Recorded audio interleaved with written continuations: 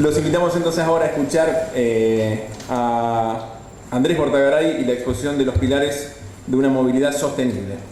Andrés Bortagaray es arquitecto egresado de la Universidad de Buenos Aires, es especialista en movilidad y transporte, es director para América Latina del Institut pour la Ville en Mouvement y ahora iba a contar un poco más. Muchas gracias.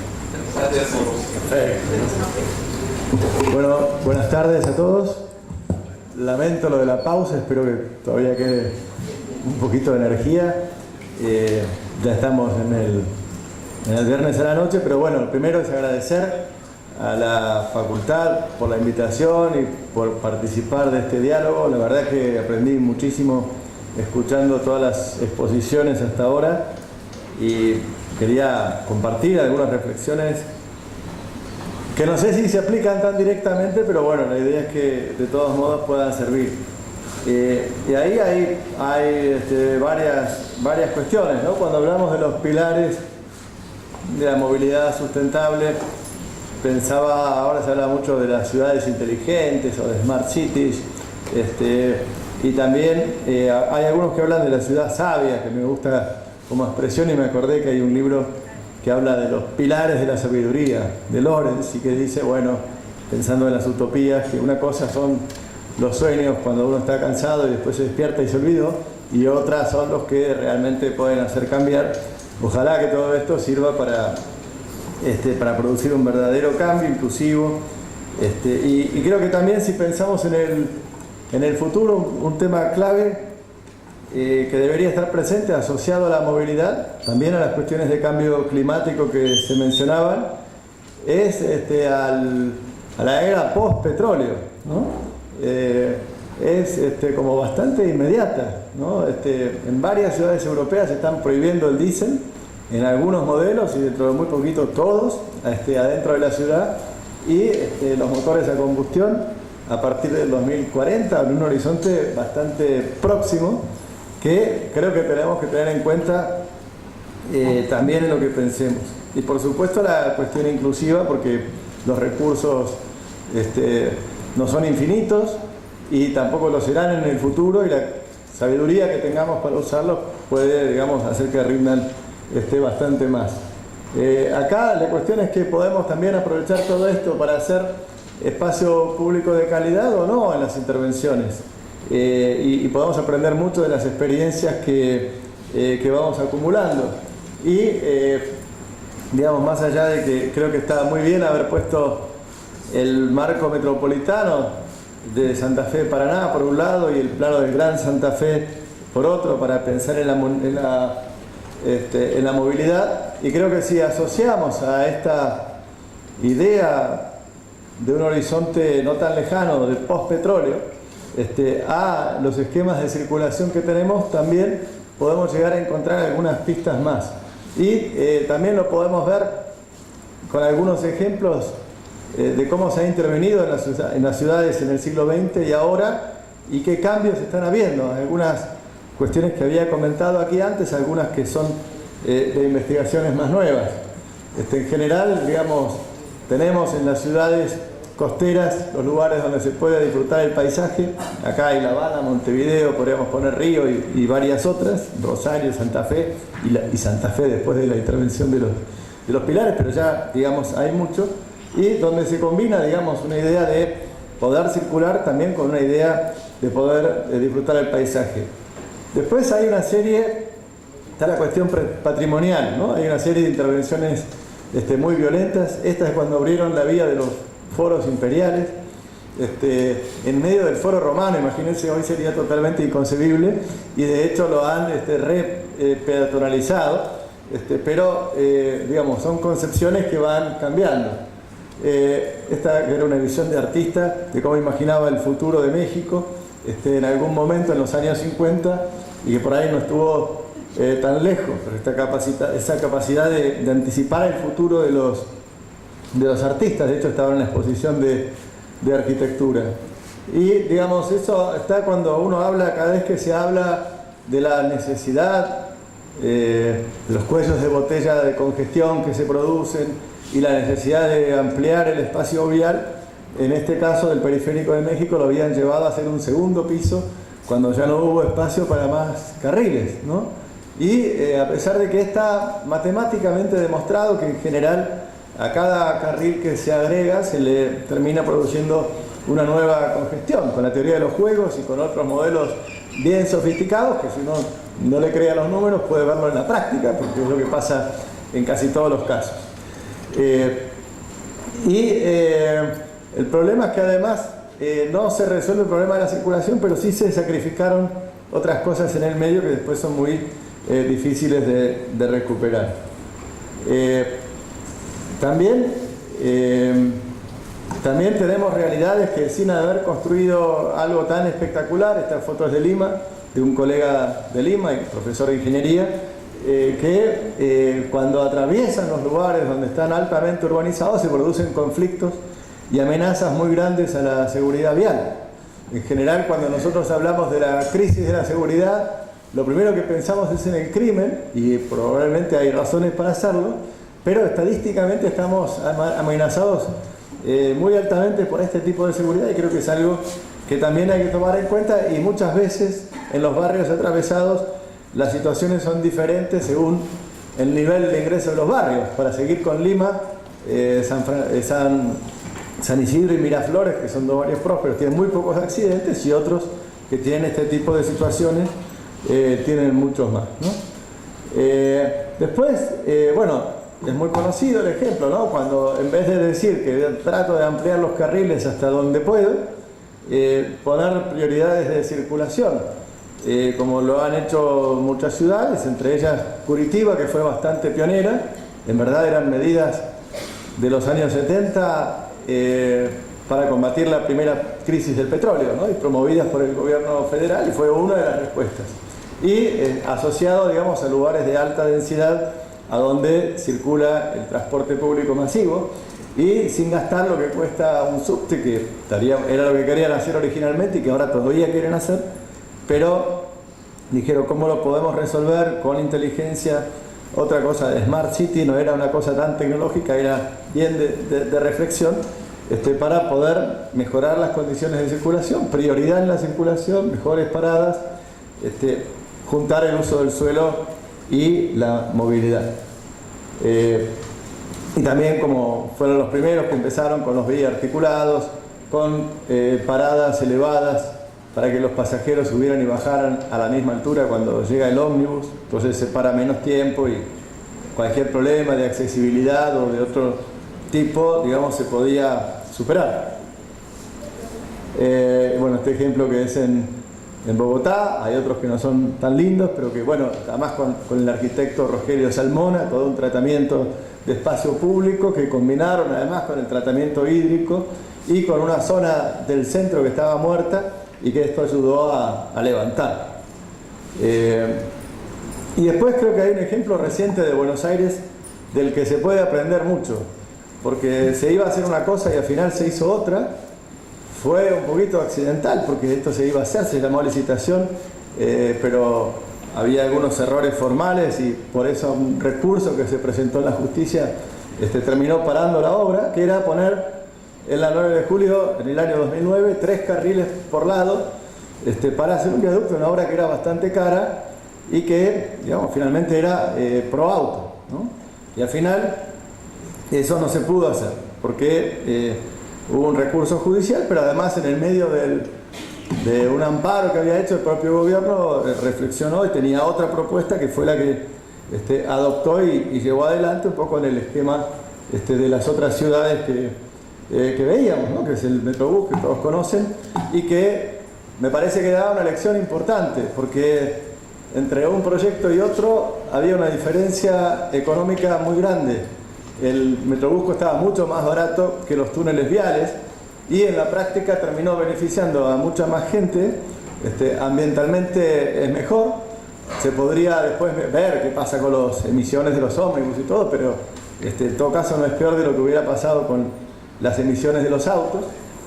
Y habrá otras lecciones para tomar para más adelante, pero creo que a la hora de evaluar proyectos muchas veces no tenemos entre una alternativa y otra la posibilidad de pesar los costos y beneficios, y que bueno, acá esta experiencia yo creo que ofrece una lección interesante.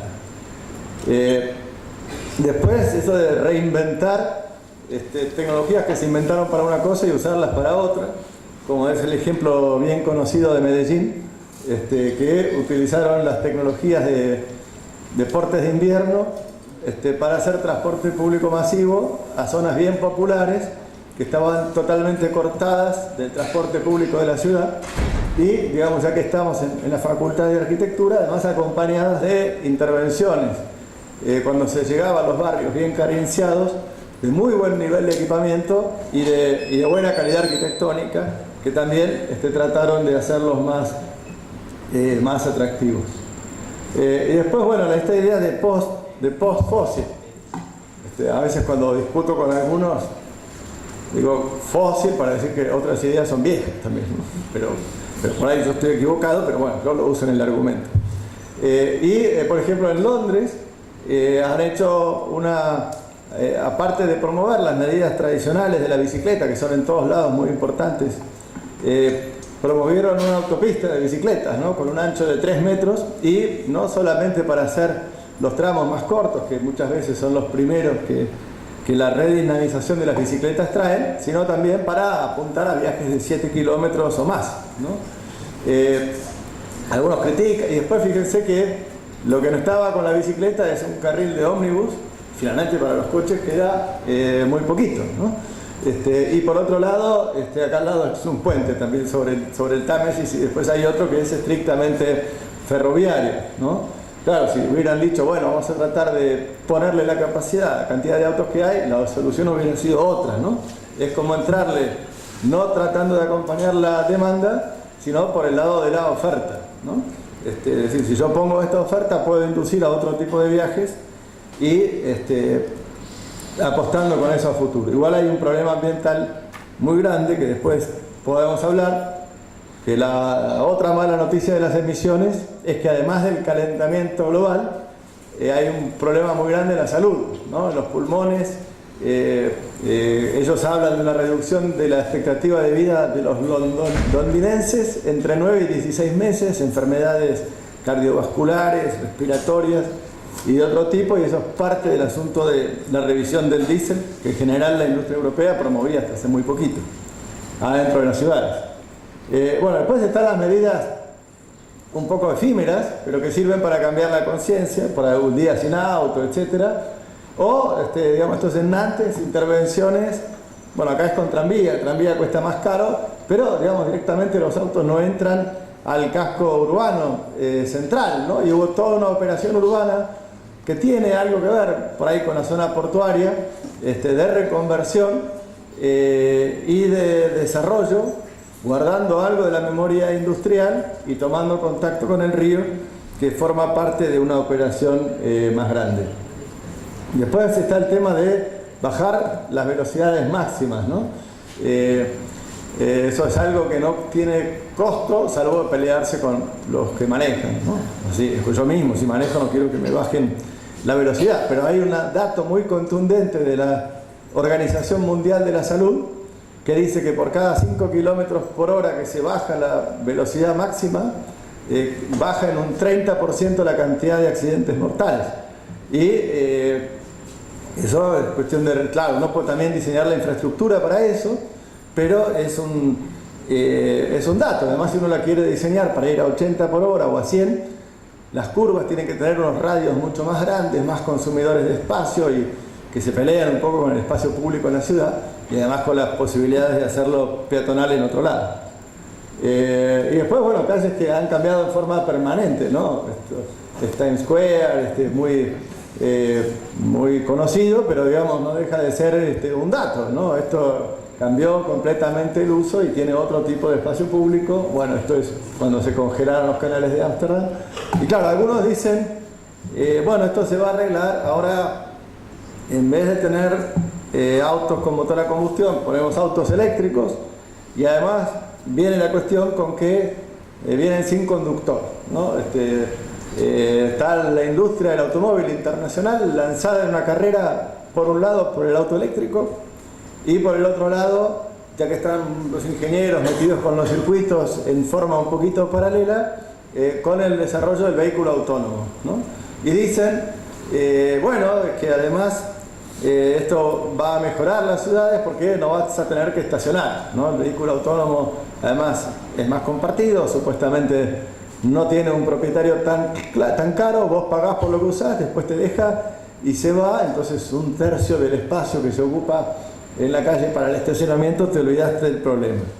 No sé si es tan así, igual yo formo parte de una fundación que en Francia tiene una reflexión con la industria y las universidades sobre este tema, están muy lanzados en eso, bueno, es un tema para debatir, no sé si oyeron hablar de una pelea entre Google, Uber y otros que aparecen que también están haciendo robo industrial y una competencia, digamos, para ver cómo se avanza en esto, pero es un dato, digamos, ¿no? Bueno, hay toda una serie de suplementos, inclusive en revistas masivas sobre esto. Y después nosotros hicimos un número que después no voy a tener el tiempo acá, pero está en digital, accesible para compartir, un número especial de la revista Arquis sobre el espacio de la movilidad post-fósil, con reflexiones de distintos autores. José Viegas es un portugués, era el jefe de transporte de la OCDE y profesor de ingeniería en la Universidad de Lisboa, y él decía que bueno, una cosa que iba a volver son los itinerantes que en algún momento hubo y que van a distintos lados y que vienen asociado con esto.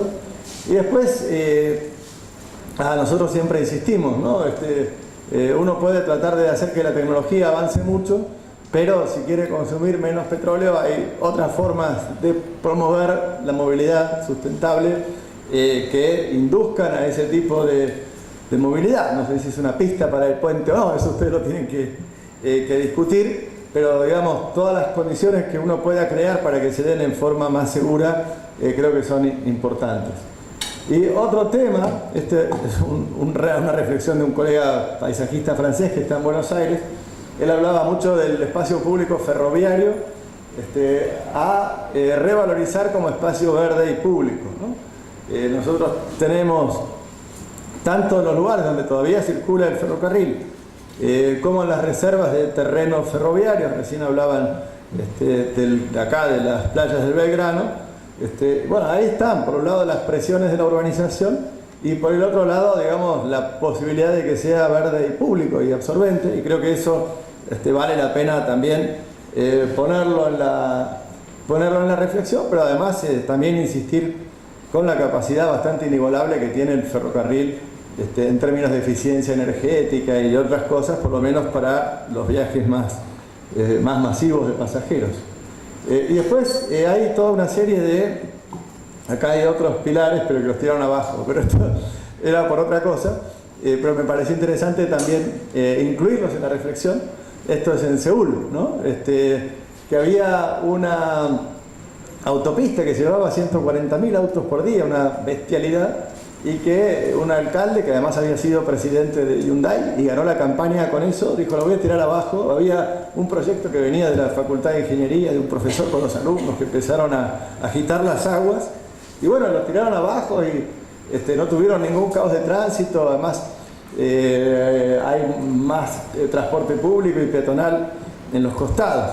Y esto es en Río, que es algo que se vio un poco por los Juegos Olímpicos en el 2016, que también tenía un perimetral que, con toda la calidad paisajística de Río, cortaba brutalmente el centro histórico del Frente Marítimo, y lo tiraron abajo. También después lo demandaron al alcalde y todo por destruir el patrimonio público, y sobre eso hay un muy buen artículo que hizo Manuel Erce, no sé si alguien lo conoce, pero él le hizo como una pericia para defender al alcalde que estaba acusado.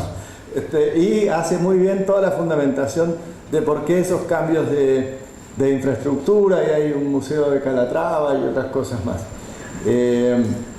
Después pusieron un tranvía por ahí muy lindo, después hicieron una pequeña autopista subterránea, pero con mucha menos capacidad que la que tenía y realmente cambió el espacio. Además, el contraste entre lo que había antes y el tranvía que pasa ahora es muy fuerte.